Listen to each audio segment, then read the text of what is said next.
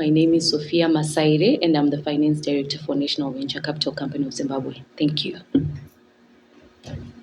Good afternoon, everyone. My name is Leona Kawadza, and I'm the Director, Legal and Corporate Services. Good afternoon, Chair.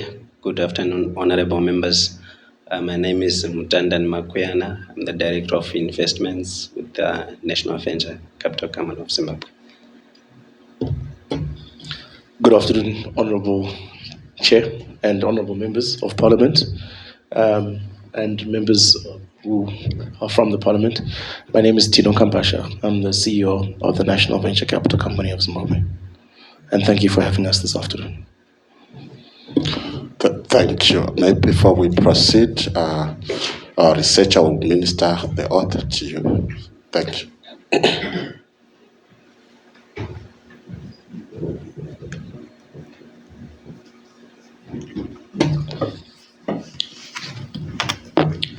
I, Tino Tenda Kambasha, swear that the evidence that I will give is the truth, nothing else but the whole truth. So help me God. Thank you.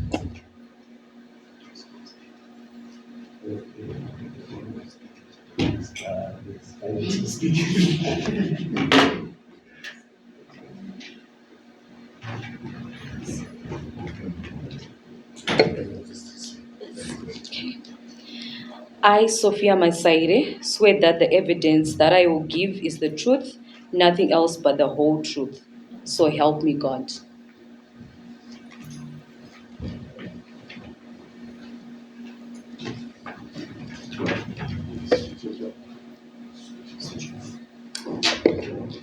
I, Leona Kawadza, swear that the evidence that I'll give is the truth, nothing else but the truth, nothing else but the whole truth. So help me God.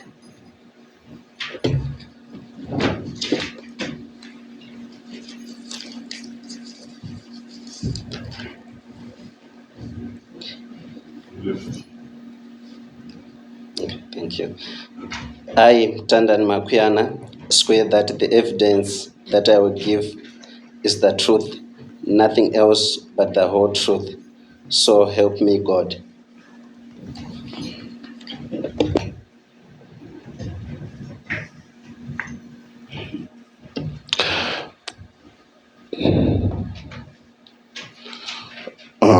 Thank you, Ventures Capital. Let me give some brief remarks. I think this is my third year in this committee, the Parliamentary Portfolio on Budget, Finance and Investment Promotion, and I don't remember meeting Ventures Capital. So as a committee, we were concerned. We thought it is wise for you to know your committee. We are your parliament. We are your committee. We have Section 119 of the Constitution of Zimbabwe, which mandates Parliament to oversee all the ministries, all the government departments, all the agencies. So, and that oversight is done through the parliamentary committee system. So, there is no way we can carry out our oversight function without knowing each other, without we knowing you. We therefore invited you, Ventures Capital, that we may know you and that you may also know your committee, understand your functions, your areas of responsibility, what you do, and how how your functions fit in the broader scope of the National Development Strategy too. I understand the committee clerk wrote to you and requested some reports from you which you could not submit in time. I understand you have just submitted a presentation which you will do this afternoon, but I trust you will submit all the other documents that the committee clerk requested from you. May you confirm that you indicated that they should submit those?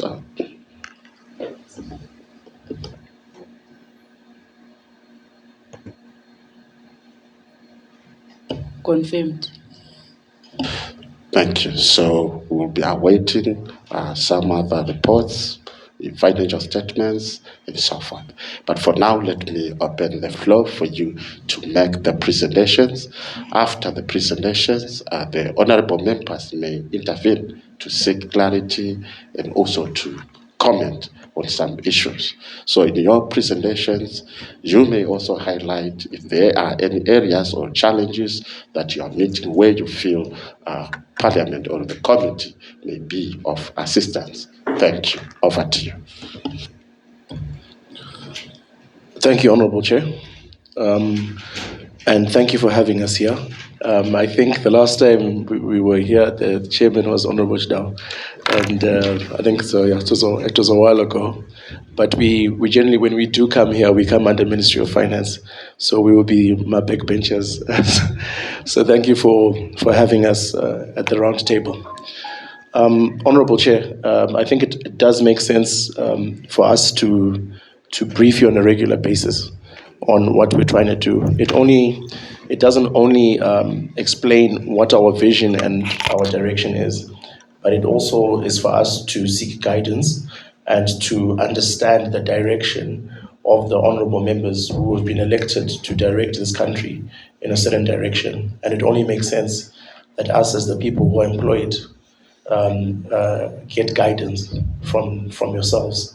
So thank you for having us here. And I'll just briefly go through what we are, how we see things, and the way forward. So before I get into the presentation, Honorable Chairman, our ethos and our view, just as a overlooking bird's eye view of things, is we need, being part of this committee and being part of the Ministry of Finance, we need to understand what the country is going through. And we need to understand that the burden on Treasury needs to be relieved as we go along. So that is the number one thing that we are heading towards, is to have a situation where in all that we do, which I'll just give you in brief, the brief presentation that we do, is to have an end goal of relieving Treasury of this burden of financing roads, financing industry and so forth. So we're trying to come up with a holistic way, just as an overview. So basically, the biggest issue and the reason why we believe we were created, is that there's a huge gap between patient capital and financing innovation. So if we look at other countries, you look at even the big names. We're not saying that we're trying to play in the spaces of Facebook or Tesla or whatnot, or Google. We're not in that space. We obviously have our own certain skills, our own focus as a country, whether it's in mining or agriculture and so forth. So we're not focused on that. But if you look at the big companies in this world currently, they're all venture capital funded. And they're all now mega, super trillion. Sorry, point of order. You have 15 minutes. 15 minutes to make your presentation. Thank you. Okay, thank you, Chair. So if we look at things going forward, that venture capital space needs to be supported. We are here to support not just the youth, but we also stand on 5 principles. Our principles are devolution, innovation. We look at youth-based and women-focused businesses, and previously disadvantaged areas as well, and disadvantaged people. So that's just the summary in general. So we've been in existence for just over a year and a half, almost 2 years from our launch. We've invested in 25 projects so far across a lot of sectors in the country, and not just which sectors, but also provinces as well. We've also tried to work on that devolution side of projects. Our projects are, we believe, have game-changing aspects to the country. So we've invested in e-mobility, electric scooters in Wedza, Watsomba, Domboshava, and Chipinge. We've invested in telehealth care services, Kumba Care, which is basically trying to get healthcare to people in the rural areas. And we're currently working with Portras to get a short code. We've also invested in township rural tourism, and I think a lot of other youth-funded and youth-based projects as well. But in summary, Chair, we are here to look at the long-term vision of Zimbabwe in a country that has expensive capital, short-term capital, and basically we're here to believe in the future of Zimbabwe. We're here to believe in innovation in Zimbabwe. And our job is to go out there. We've been as far as Cholocho. We've got projects in Cholocho. We've got projects in Gwanda, and other areas that I've mentioned. But I think in summary, Chair, because of the time that we've been given, maybe to give time for questions, I think that's in summary what we're trying to do. We've also now been mandated to manage the Industrial Development Fund, which used to be the money that used to go to ITC. It's now coming to us to manage. We've invested in 15 projects out of the 25 that I mentioned. We are looking to work with the Ministry of Mines as well to see how we can help artisanal miners as well with the same type of model. As of to date, our budget is 100 and our allocation is 167, right? 165 million ZIG that we've been given as the National Venture Capital Company outside the 100 million of the Industrial Development Fund. Of the 165, Honorable Chair, we've been given 10 million so far for 2026. I think with that in summary, I would like to open it up to the floor and hand it back to you. Thank you, Chair. Well, thank you, Ventures Capital. Are you the only presenter, or someone who also want to add?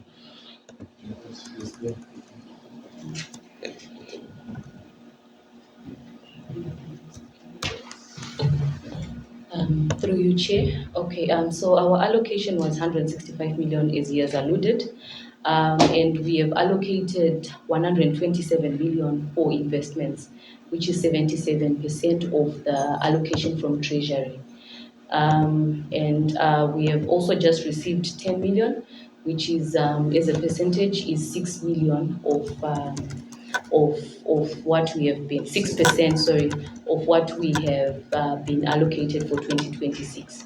So with that, that will be the other percentage. So from our budget summary, we have allocated our operations for 27%, which includes our salaries and all the other expenses. So in brief, that's what I have. Thank you. Thank you, Ventures Capital. I now call honorable members to make some interventions, if there are any, or comments. Maybe just a brief clarity. Did you say the money that was originally channeled to ITC, that money is now being channeled to Ventures Capital? Yes, Honorable Chair. Last year, there was a signing ceremony at there was an industrial forum, which was presided by the Honorable Vice President, and the two ministers of Industry and Commerce and Ministry of Finance signed an MOU that we would be mandated to manage that money. So what we are doing, because we've got the skill set to vet projects, to do proper due diligence, and to collect, as I alluded, that we are trying to have a way that we as a government are not throwing money in one direction. We need to collect as well, so that it's a revolving fund. So it was seen fit that we've got the skills to do that, and yes, we've been allocated the Industrial Development Corporation allocation. Thank you, Chair. Thank you. Then let me just give a few questions, then we will also get some from the honorable members. You said you have invested in 25 projects throughout the country. Of those 25 projects, which ones do you say these ones are our flagship projects? Can you spell them out and to the honorable members? Then you have also highlighted that of the amount that was allocated to you, the 165 million that was allocated to Ventures Capital, you have received only 6%. Do you think you need assistance from the committee to try and access more, to have more of your money being allocated to you? Have you approached the Minister of Finance on your own, or you haven't approached the Minister of Finance with regard to the disbursement of the monies that is being allocated to you? If you have approached them, what was the response? And honorable members, I open the floor to you if you have any questions. Yes. Yeah, some of us are hearing this system, and when I hear the word venture, I think it's some area that is uncharted that you are entering into. There must be some level of risk that is associated with those companies where you are putting money. So now that the first question is now that you show that you put a business with more than 25 companies. Now that you have got business with more than 25 companies, my worry is, since you are a year old, how are you going to finance all this? I'm seeing Zimchem, I'm seeing Langsha, Palm and Steel, National Pharmaceutical, a lot of host of companies with the surely 167 million of the budget, of which only 6% is been released now. Are there any such, is this true reflection of what you are doing? That's the first and fundamental question. Is this a true reflection of what you are doing with the money that you argue received from Parliament and which has been cash released by the Minister of Finance to date? That's the first one. The second one is related to the issue to do with the embassies. I saw that you have engaged 6 embassies. What is the reason for engaging embassies?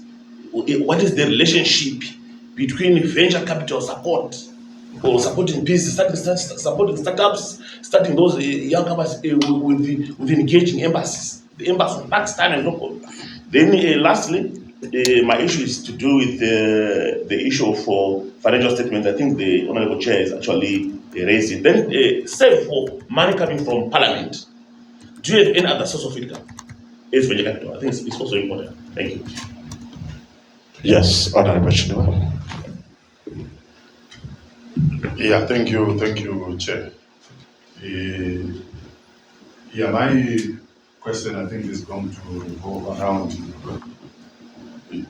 why the venture capital company was established.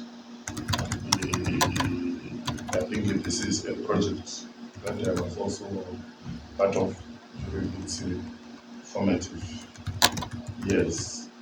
And I think one area that I thought is supposed to be focused on is the development and promotion of youth projects, where innovation and transformation is supposed to take center stage. And on this, I'm looking at fintechs, development of digital platforms, even on funding these projects and tokenization. So I wanted to find out how far you have gone, especially with regards to that area. That's my first one. And then the other one is the issue of the development of bankable projects. I think if we have gone to these investment conferences, the major issue for Zimbabwe is not to say we don't have opportunities. They are there. But the development and coming up with the bankable projects, I think it is a serious issue. So I don't know how you're managing that. And then the last issue is, do we have a dedicated venture capital law now? Are we operating where there is a big lacuna? Do we have a law that is specific to the operations of venture capital companies? Yes, venture capital, you may come in. Thank you, Honorable Chair, and through you. I think I'll start off with the key projects. We like all our projects. We don't invest in projects that we don't believe in. But I think our key projects, we've got some very exciting ones that if we get the right support and funding, it could be game changer.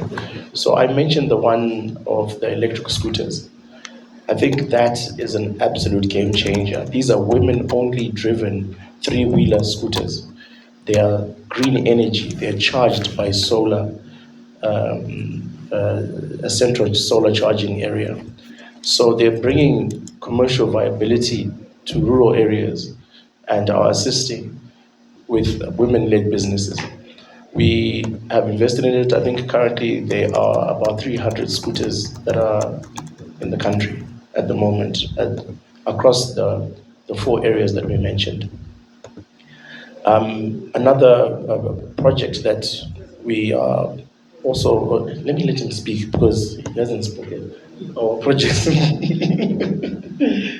go through the projects. He's the head of the project, so he owns them. So he must speak on his projects that he owns. Go ahead. Okay, thank you, Simon. Thank you, Chair. So, in terms of flagship projects, I think I will respond to the first, the ones which belongs to the National Venture Capital Company of Zimbabwe, which are innovative in nature. Then the other ones, the industrial development funds. I think we have a question inclined to that. Those ones are just providing working capital and retooling. So it's not actually resuscitating some of the companies, but they got opportunity to enjoy part of the fund just to retool and have working capital. But the flagship projects are on top of the e-mobility one. We have invested in 118th Feedmaster. This is a project which is in Blawayo. It emanated from NAST. This project is in the stock feed production, innovative stock feed production, both for feed and for stock. For stock. So this one it does eliminate the need for importation of soya, which is the key input material for stock feed. So it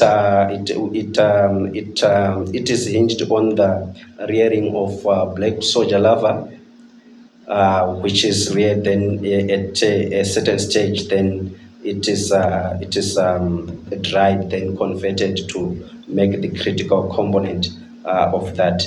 So this one, it's a project which we financed. It was at a very early stage, but is now at growth stage. Even within that 1.5 years, it's producing at the moment more than 58 tons of stock feed, and it's feeding the region of Blawayo.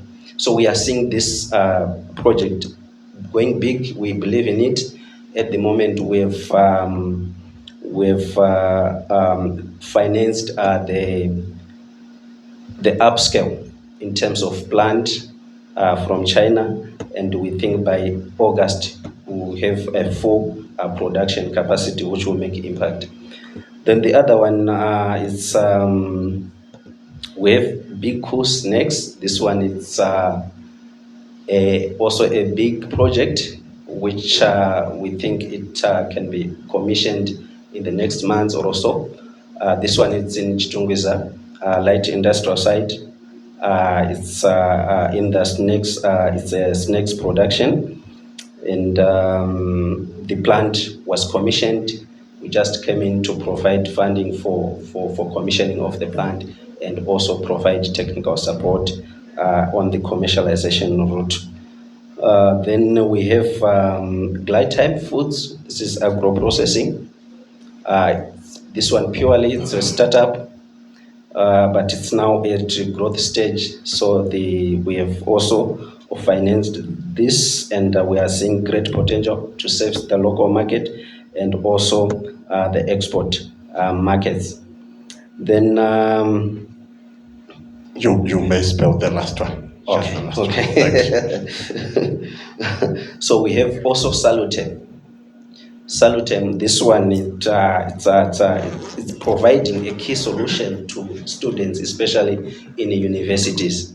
So we are working at NAST, Bindura, and we are working hard to also push the product to other universities. This one it's an affordable access to health through a $1 subscription, medical aid. When we introduced the product to the universities, it was really a solution because there are no shortfalls, and the service providers were there. They were just expensive, but no actually self delivery. But this one, it's a innovative product where the claims and everything they are just deducted imminently. So I think those are some of the projects which we think are flagship and they will have impact in the near foreseeable future. Thank you, Chair. I think let me just run through the other questions real quick. So for an example, this Salutin project that we're talking about also works with the Kumbake, the one we talked about. So it's working with an AI bot in the background to also assist for immediate healthcare that comes through, and you get diagnosed quicker using artificial intelligence. So I think it also speaks to Honorable Chido's question of, the startup. We do have a lot of startup and tech projects as well.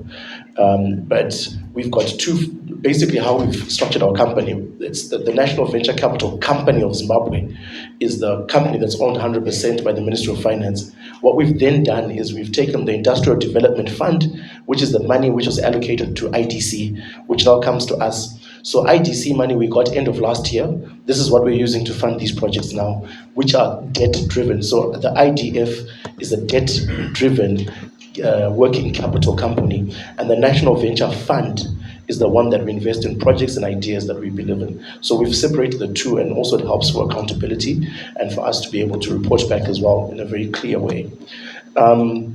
So I think we've talked, there was a question about the embassies. So what we see is that there's no need for us to reinvent the wheels. If there are things that other countries have learned before us, we want to learn from them. But then also,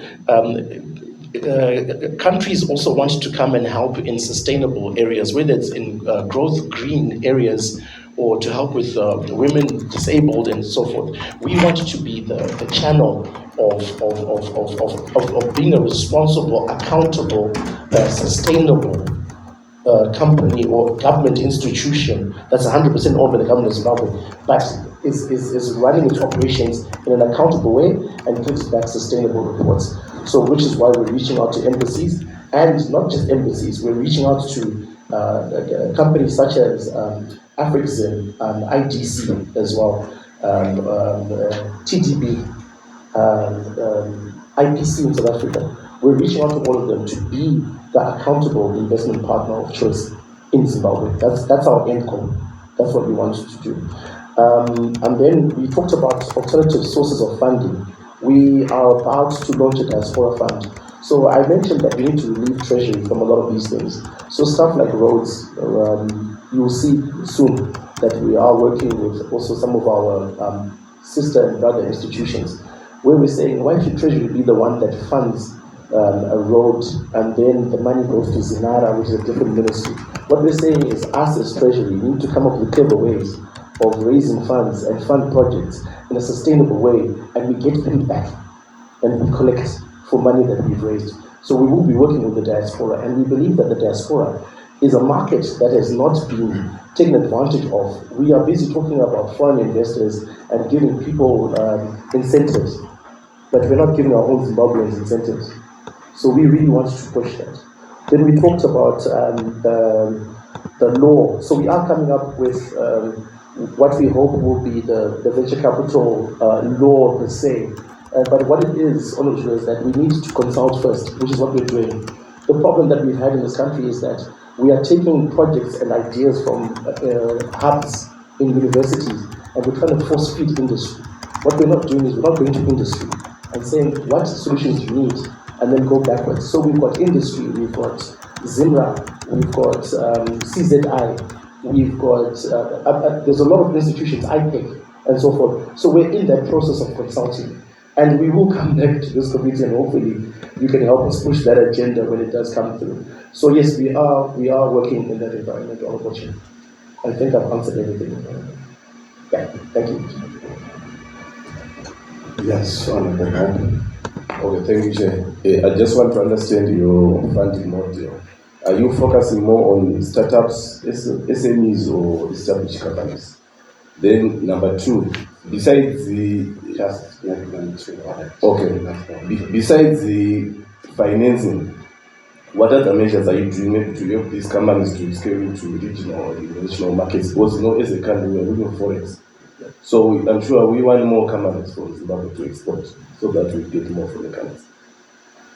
And maybe as you respond to the budget, you respond to the question with regard to other sources of funds, apart from treasure, apart from what Parliament allocates.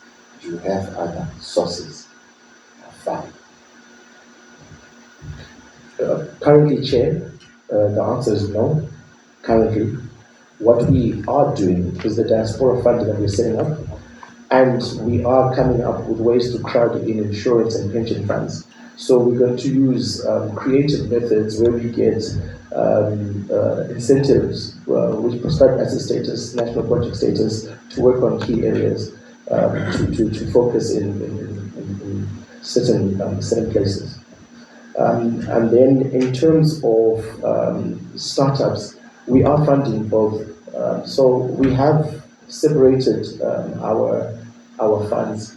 So what we're trying to do is to work from a whole of government approach. I think the problem that we've had is that we are segmented in silo mentality.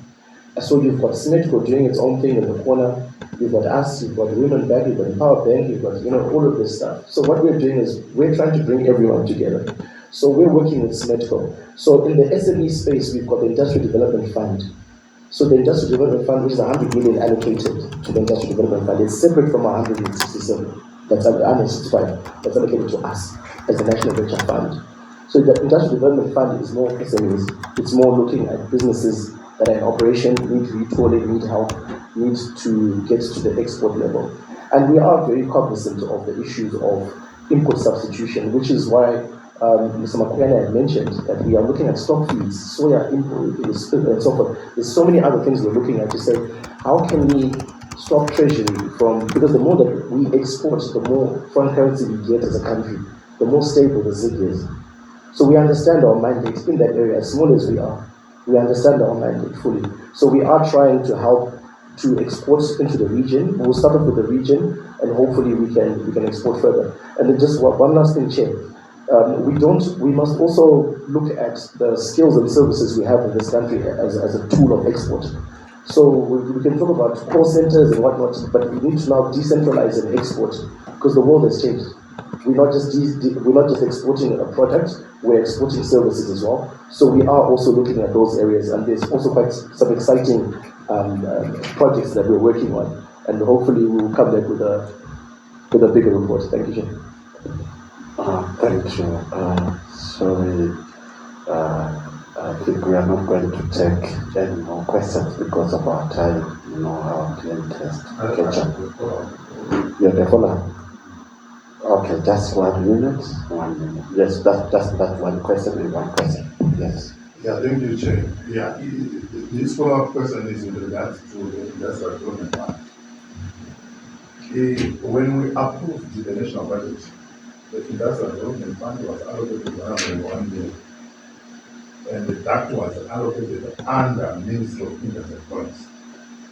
And then it was then given to the venture capital company to manage on behalf of Industry and Commerce. But seemingly it appears like it's not just management that we are doing. We are actually allocating. Yet the primary purpose of this was to provide patient funds that were supposed to be used for concessional loans and also for retooling. Okay.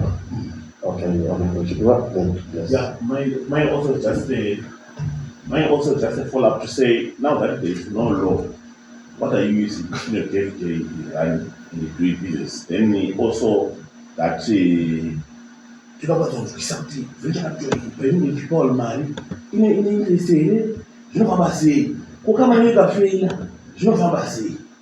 Thank you.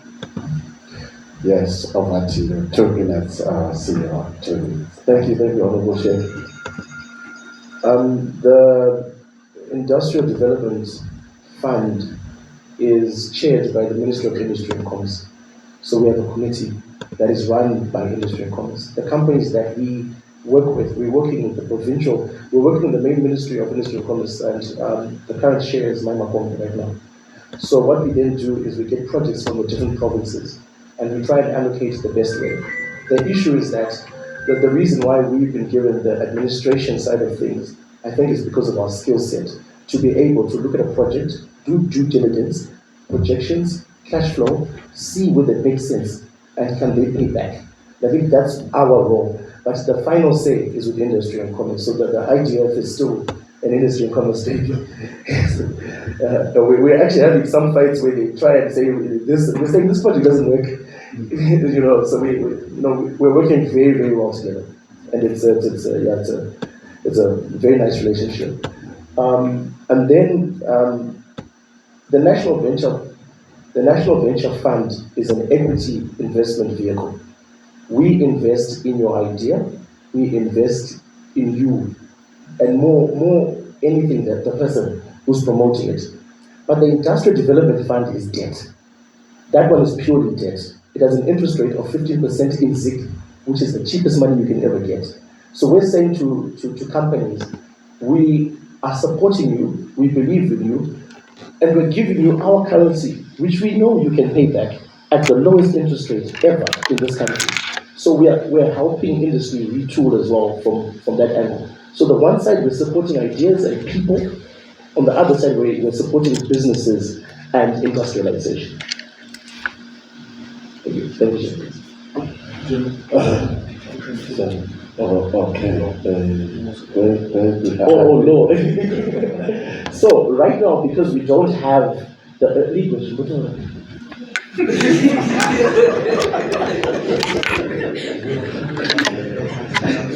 Okay, thank you to you, Mr. Chair. Okay, so first of all, NVCCZ is not born out of a statute. So currently, we're relying on the Companies Act on the basis of running a company. And then in Zimbabwe, there are currently acts that regulate investments that we also rely on. So we've got, I'm sure you're all aware, there was previously the Joint Venture Act, which was then repealed and then replaced by the ZIDA Act. So apart, we rely on the ZIDA Act. We've got the RBZ Act as well, when it then comes to the loan side of things. And then the Victoria Stock Exchange, we've got the Zimbabwe Stock Exchange, the SMEs Act as well, and then hence why now there's a new approach from us to come up with a Startup Act, to then now regulate how we then help investments with the startups rather than the SMEs. So currently those are the acts that we are relying on and applying. Are there any efforts to try and make sure you understand along venture capital act?